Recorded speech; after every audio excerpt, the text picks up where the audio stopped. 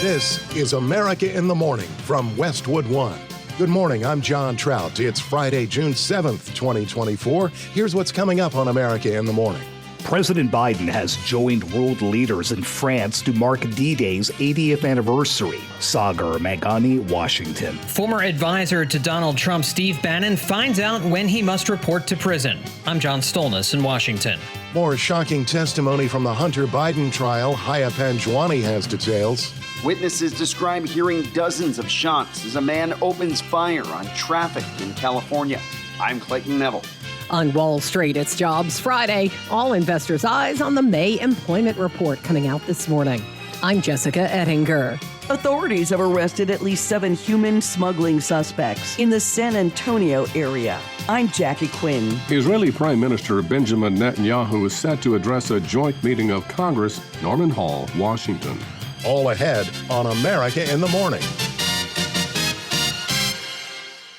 President Joe Biden marked the 80th anniversary of D-Day in France by honoring the bravery of the American and Allies World War II veterans who stormed the beaches of Normandy, turning the tide against Nazi Germany. Correspondent Sagar Meghani reports that Biden also discussed isolationism and the struggles against dictators that go on today. To surrender to bullies, to bow down to dictators is simply unthinkable. Were we to do that, it means we'd be forgetting what happened here in these hallowed beaches. Make no mistake, we will not bow down. We will not forget.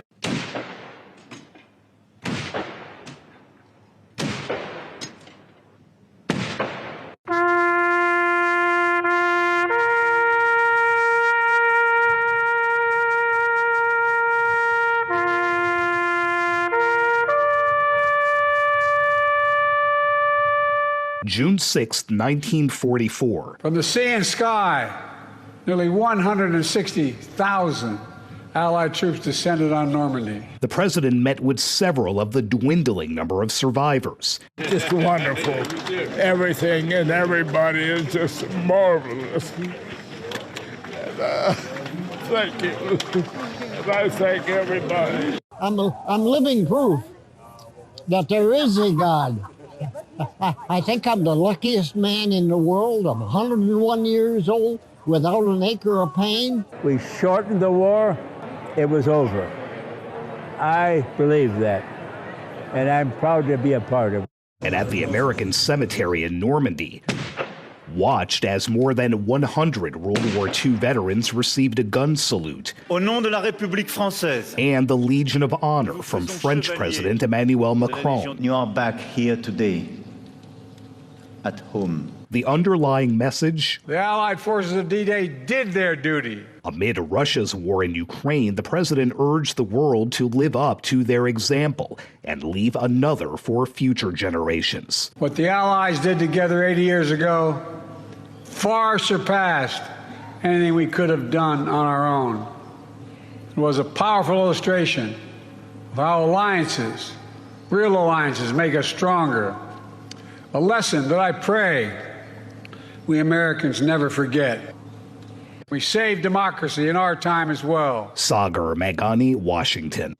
One of Donald Trump's most loyal allies found out when he must report to prison for defying a congressional subpoena investigating the January 6th riot at the Capitol. John Stolnis has that from Washington.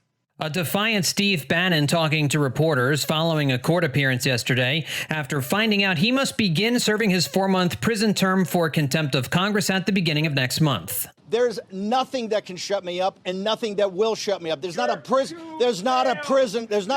built or a jail built that will ever shut me up. Bannon's attorney, David Schoen, says the legal team will have under a month to appeal the conviction and sentence to a higher court. The judge today issued a surrender date of July 1st in order to let us appeal to a higher court, meaning the full Court of Appeals in D.C.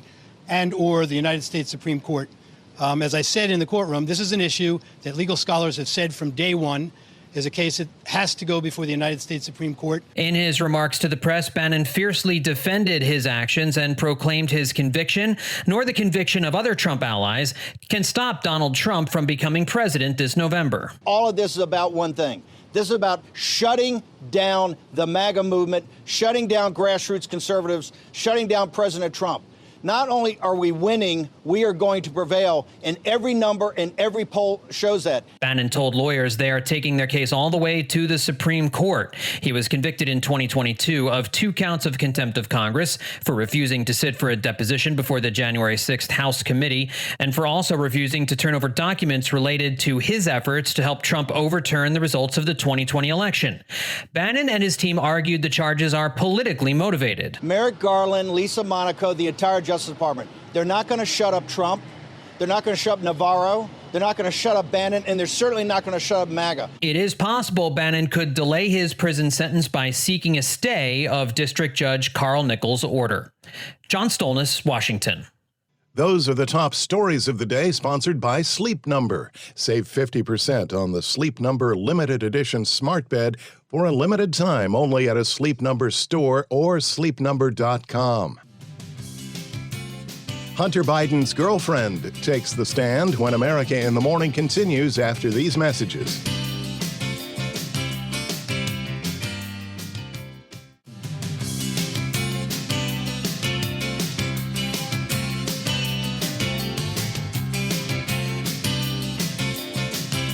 This is America in the Morning as we enter the weekend. Where is that severe weather expected to be? Here's AccuWeather.com meteorologist LaTroy Thornton. Through tonight, the most impactful weather overall is expected to develop in the Central Plains and parts of the Midwest, where the latest disturbance emerging from the Colorado Rockies will become better organized through the day. As this feature crashes into warm and moist air, the risk for severe thunderstorms is expected to build through this afternoon and into the night from Nebraska southward into western Missouri and parts of the Texas and Oklahoma panhandles. Hail, localized damaging wind gusts, and even a few tornadoes are all possible. In the northeast and the eastern Great Lakes, a pesky, slow-moving disturbance will shift over eastern and southern Ontario today, producing numerous showers and even some thunder showers from eastern lower Michigan across mainly western Pennsylvania, much of New York State, and into northern New England. Closer to the coast, an afternoon shower is possible instead from southern New England through the Jersey Shore. Otherwise, cooler and noticeably drier air filters in from the mid-Atlantic through the majority of the southeast behind a cold front today, and high pressure pushing into the region will support generally dry conditions overall. However, the Florida Peninsula stays ahead of that front instead, with some spotty thunderstorms popping up, especially this afternoon, with better coverage expected over the far southern portion of the state. In the west, daily chances for thunder showers can be expected through the weekend as a series of weak disturbances rotates around a broad zone of high pressure. These storms will bring the risk for dangerous lightning, gusty winds, and small hail for any hikers and campers outdoors, with much of this activity occurring during the afternoon hours from Oregon and southern Montana through northern New Mexico. That's the weather across America. I'm AccuWeather.com meteorologist LaTroy Thornton.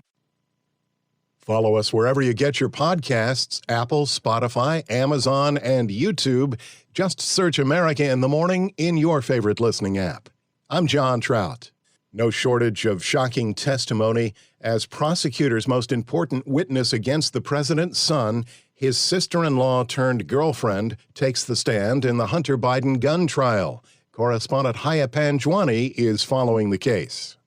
Hallie Biden told jurors about the moment she found Hunter's revolver in the console of his truck. In testimony, Hallie described putting the gun into a leather pouch, stuffing it into a shopping bag, and tossing it in a trash can outside a market near her home. She said she, quote, realizes it was a stupid idea now, but was panicking, unquote. Hallie, who had a brief romantic relationship with Hunter after Beau Biden died in 2015, testified that from the time Hunter returned to Delaware from a 2018 trip to California until she threw away his gun, she did not see him using drugs. He's been charged with 3 felonies and pleaded not guilty to lying to a federally licensed gun dealer, making a false claim on the application by saying he was not a drug user, and illegally having the gun for 11 days. I'm Haya Panjwani. One person is dead, another behind bars after a gunman in California opened fire on random cars. Correspondent Clayton Neville reports that police took a 39-year-old man into custody, charged with suspicion of murder and 10 counts of attempted murder.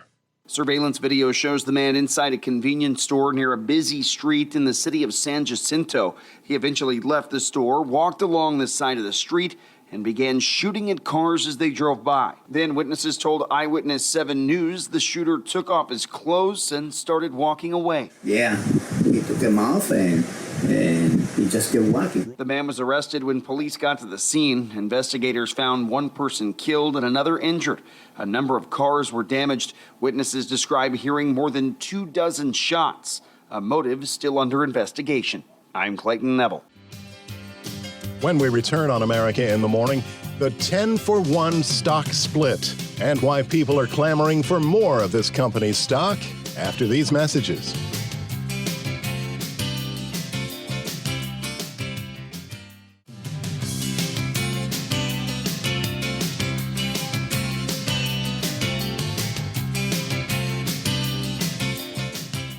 This is America in the Morning. The Business Report is sponsored by Fisher Investments. Fisher Investments has a team of specialists in investing, financial planning, estate planning, and more. Learn more at FisherInvestments.com. Market update and today's business with CNBC's Jessica Ettinger. Wall Street opens this morning for a Jobs Friday, and after a mixed and quiet day for stocks yesterday, the S&P 500 index and the Nasdaq each touched intraday record highs, but they closed modestly lower. Investors are waiting for the May jobs report. It comes out at 8:30 Eastern this morning. The unemployment rate forecast to hold near a 50-year low, below 4%. I think after a disappointing number last month, we were down to 175. I think we do inch slightly higher, around 185, so pretty much in line with what the market's expecting. The unemployment rate still below that 4% threshold. This is now the longest stretch below 4%. We have to go all the way back to the 1960s. Stifel's Lindsay Piegza on CNBC.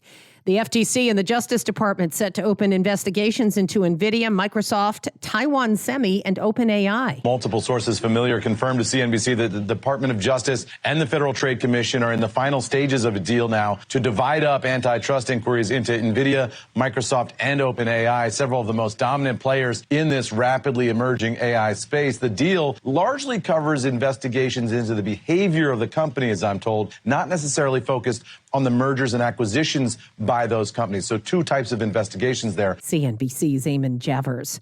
Boeing's Starliner successfully docked with the International Space Station yesterday. SpaceX's mega Starship rocket, unmanned, completed its first full test flight yesterday, returning to Earth without exploding after launching from Texas. The first 3 of those test versions of the rocket blew up.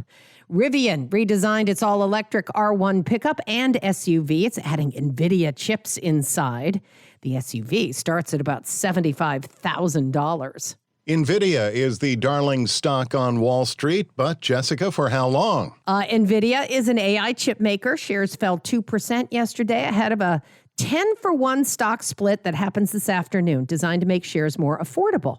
Right now, they're about $1,200 a piece. After the 10-for-1 split, more people could maybe afford one. We are seeing a true mania in NVIDIA. I mean, the images that we're seeing on social media, the CEO is signing shirts. My mom is texting me about the stock, and there's a true mania out there. People are piling into these crazy short-term bets tied to NVIDIA soaring ahead of its stock split. The Wall Street Journal's Gunjan Banerjee on CNBC. On today's watch list, it is Jobs Friday. That employment report could move the markets. Earnings are coming from Big Lots, JM Smucker, Chinese EV maker NIO, and Vail Resorts. New in theaters, Lionsgate's horror film Ballerina, and Sony's Bad Boys Ride or Die. It's National Donut Day. The free ones are at Duck Donuts or Krispy Kreme. Dunkin' will only give you a free classic donut if you buy a beverage. There's CNBC's Jessica Ettinger. When we return on America in the Morning, migrant smuggling operation busted after these messages.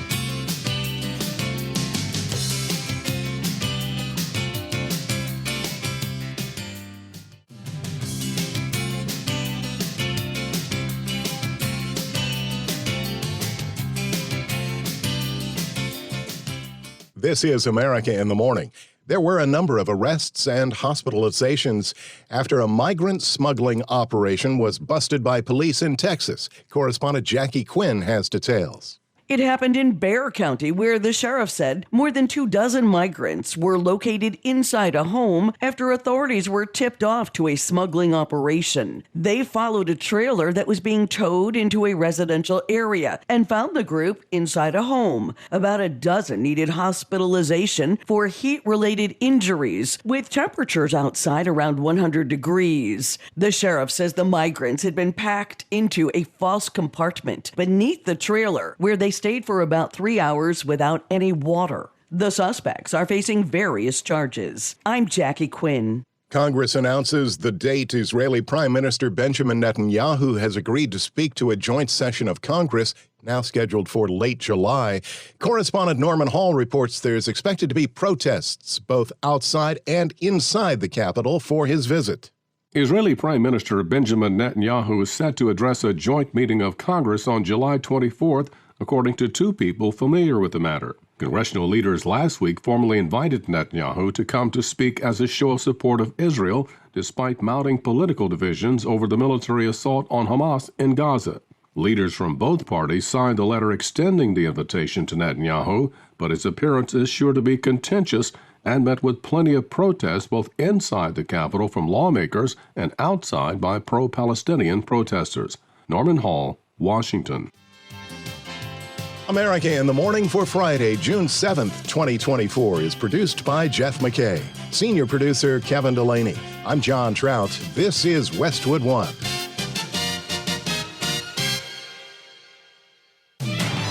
This is America in the Morning from Westwood One. I'm John Trout. Coming up this half hour. President Biden with a relevant message 80 years after D-Day. I'm Clayton Neville. Tornadoes impact Michigan and Maryland. Someone may be bribing jury members in a high-profile Minnesota fraud trial. I'm Pamela Furr. Prosecutors are linking 2 more deaths to an alleged serial killer whose victims were found along Gilgo Beach. I'm Jackie Quinn. Boeing's new space capsule has arrived at the International Space Station. I'm Shelley Adler. Dolly Parton is creating a Broadway musical inspired by her life story. I'm Archie Arletta with the latest. And Pat Sajak's Final Spin, back after these messages.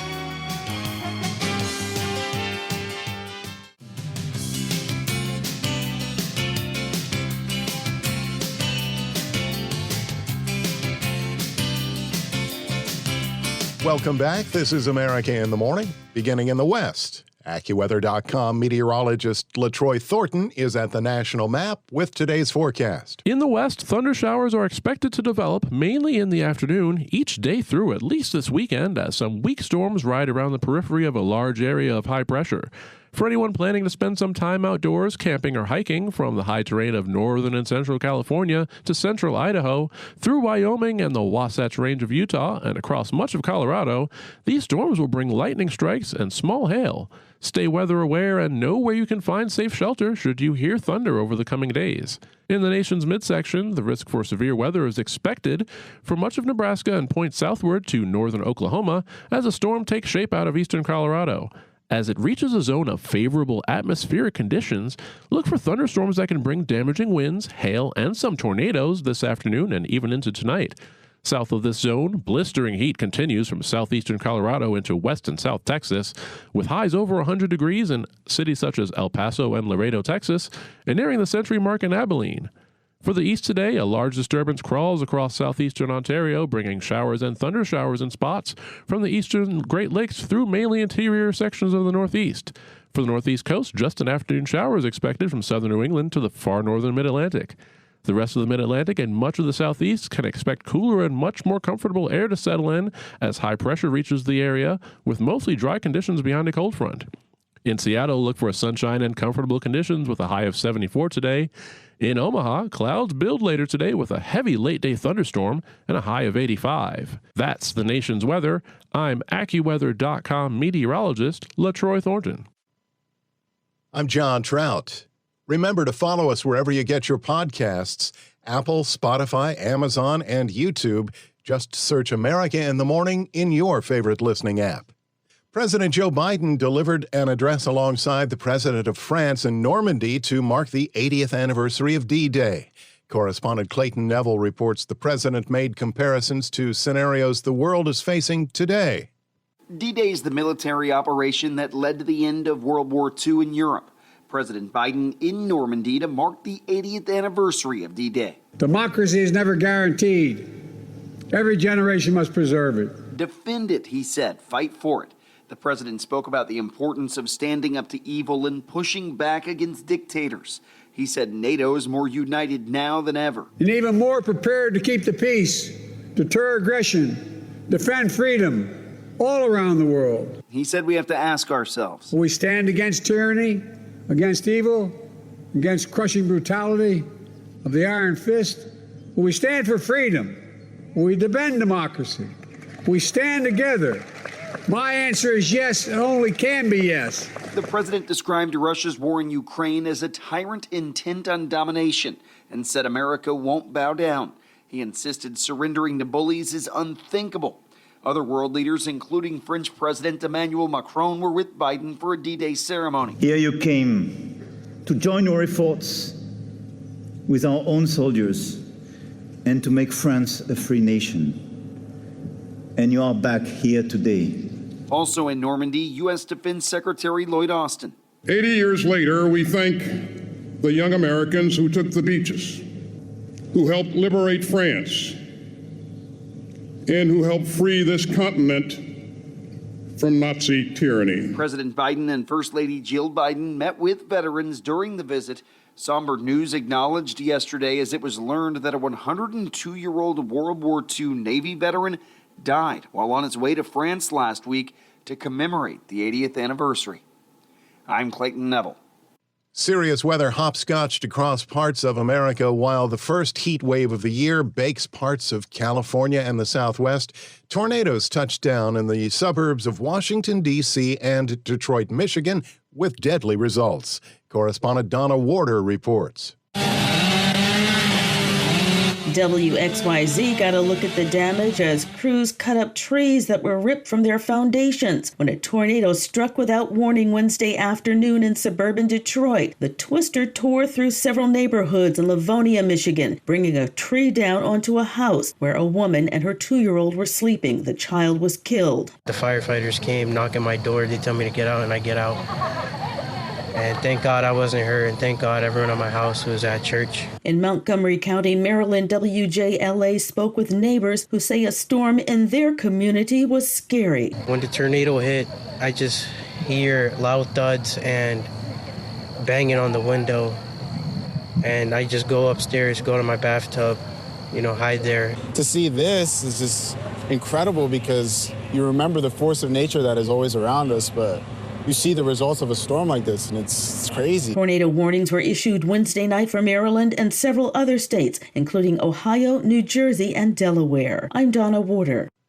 Update now on a story we've been following involving the alleged misuse of COVID relief funds and a juror in the case allegedly given $120,000 with the promise of more if she found the defendants not guilty. Pamela Furr has been following the story this week. It's what you would expect to see in a mob movie, but it's coming from a real-life Minneapolis court case where FBI agents have searched the home of at least one of the 7 defendants days after a juror said she was offered a bribe of nearly $120,000 for an acquittal. The trial has been going on since April 22nd. 7 are accused of misusing $250 million in money meant to feed children during the pandemic. Now, according to the federal search warrant, a juror said a woman delivered a gift bag full of cash and left it with a relative, saying there would be more if the juror agreed to vote not guilty. That juror has been dismissed, and a second was dismissed after a family member brought up the alleged bribe in a conversation. So far, it's unclear who offered the bribe.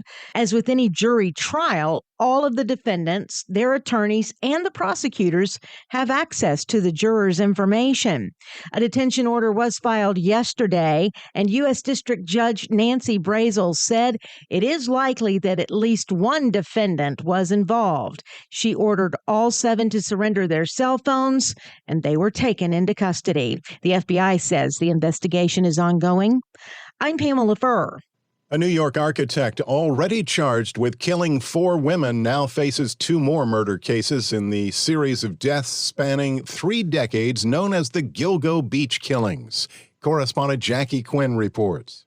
60-year-old architect Rex Sherman, already charged with the killings of 4 sex workers, has been arraigned in the deaths of Jessica Taylor and Sandra Castilla. Suffolk County, New York District Attorney Ray Tierney on WABC says DNA testing and a detailed online planner are among the evidence. Meticulously planned and executed 6 separate murders. Sherman's lawyer, Michael Brown, says he's obviously horrified by new charges and notes that the killing of Sandra Castilla had initially been blamed on another man, John Bitroff. The convicted murderer in this county. His MO is exactly what the Castilla MO is. And will be using that to try to exonerate his client. I'm Jackie Quinn. When we return on America in the Morning, Boeing's Starliner in outer space, and in our tech report, Geek Squad Hang Up. We're back after these messages.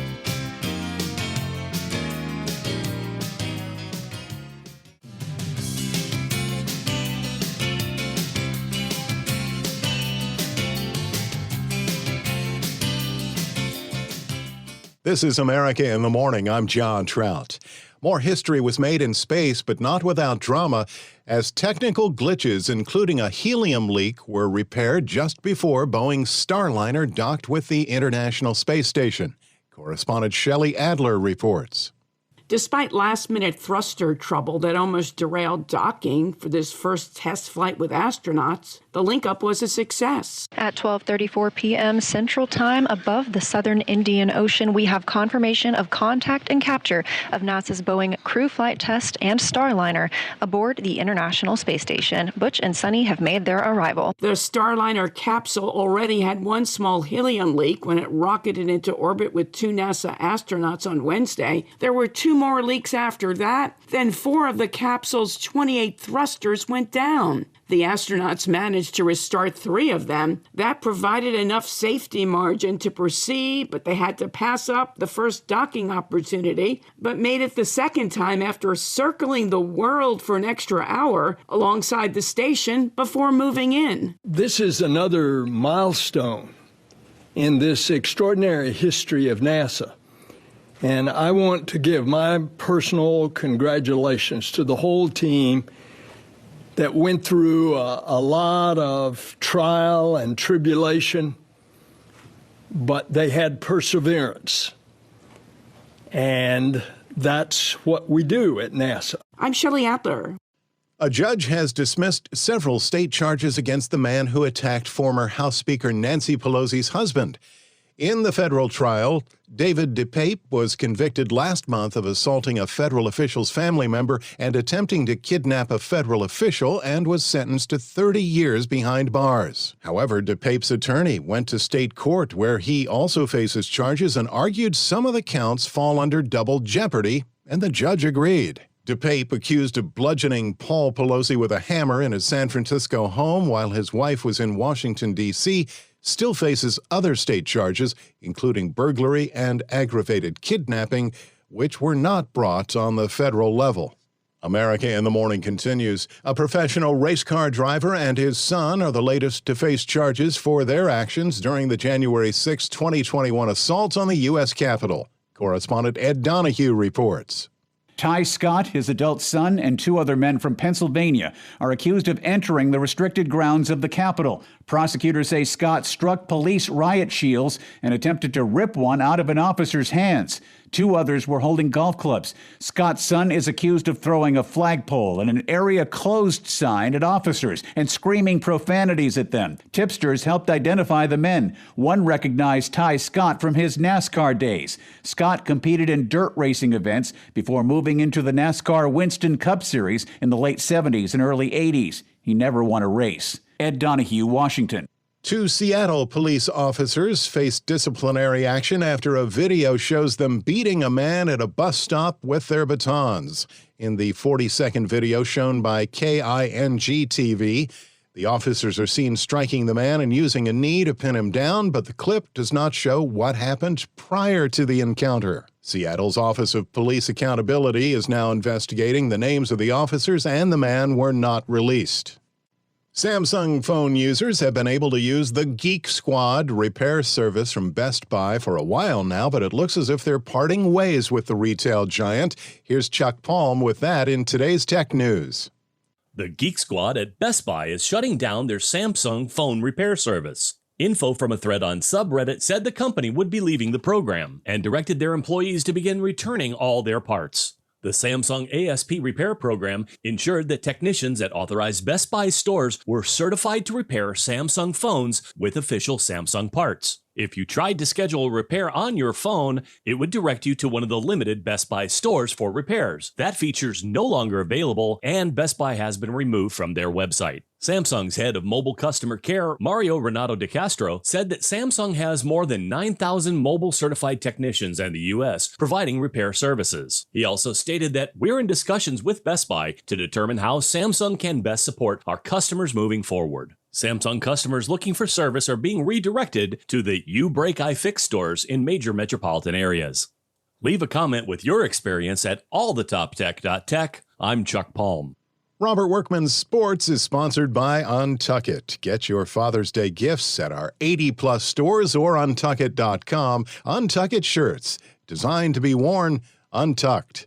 Game 1 of the NBA Finals in Boston last night. All Celtics, 107-89 over the Mavericks. The C's blew it open with a 23-5 run in the first quarter and led by as many as 29. Dallas came back in the third to get the deficit down to 8. But Boston answered with a 14-0 run, and that was that. All 5 Celtic starters scored in double figures, and they got 20 from Kristaps Porzingis off the bench in his first action in over a month following a calf injury. Game 2 is at the Garden on Sunday. Stanley Cup Finals begin Saturday night in Florida. The Panthers against the Oilers. Oklahoma won its record-setting 4th consecutive Women's College World Series title, beating top-ranked Texas 8-4 to sweep the best-of-3 final. College baseball Super Regionals best-of-3 begin today and tomorrow. The 8 series winners head to Omaha for the College World Series next weekend. Baseball, the Yankees spanked the Twins 8-5 for their 8th consecutive win. Their 45-19 record tops than the majors. Reds doubled up the Cubs. Ellie De La Cruz with a 3-run dinger, 5 straight wins for Cincinnati. Red Sox tattooed the White Sox 14-2, pounding out 24 hits. Chicago has now lost 14 in a row. That's a new franchise record. Mariners blanked the A's, Brian Wu, and the Who's with a 2-hit gem. Braves bopped the Nationals. Marcell Ozuna smacked his NL-leading 18th home run. 3-run blast from Freddie Freeman and Mookie Betts boosted the Dodgers past the Pirates. Blue Jays held off the Orioles. Rockies edged the Cardinals. Royals trimmed the Guardians, and the Diamondbacks nipped the Padres. At the French Open, top seed and defending champ Iga Swiatek ousted American 3-seed Coco Gauff to reach Saturday's finals, where she'll face 12-seed Jasmine Paolini of Italy. The men's semifinals are today, and their final is on Sunday. That's Friday Sports. Thank you, Robert. When we return on America in the Morning, Will Smith back in theaters, Pat Sajak off TV. After these messages.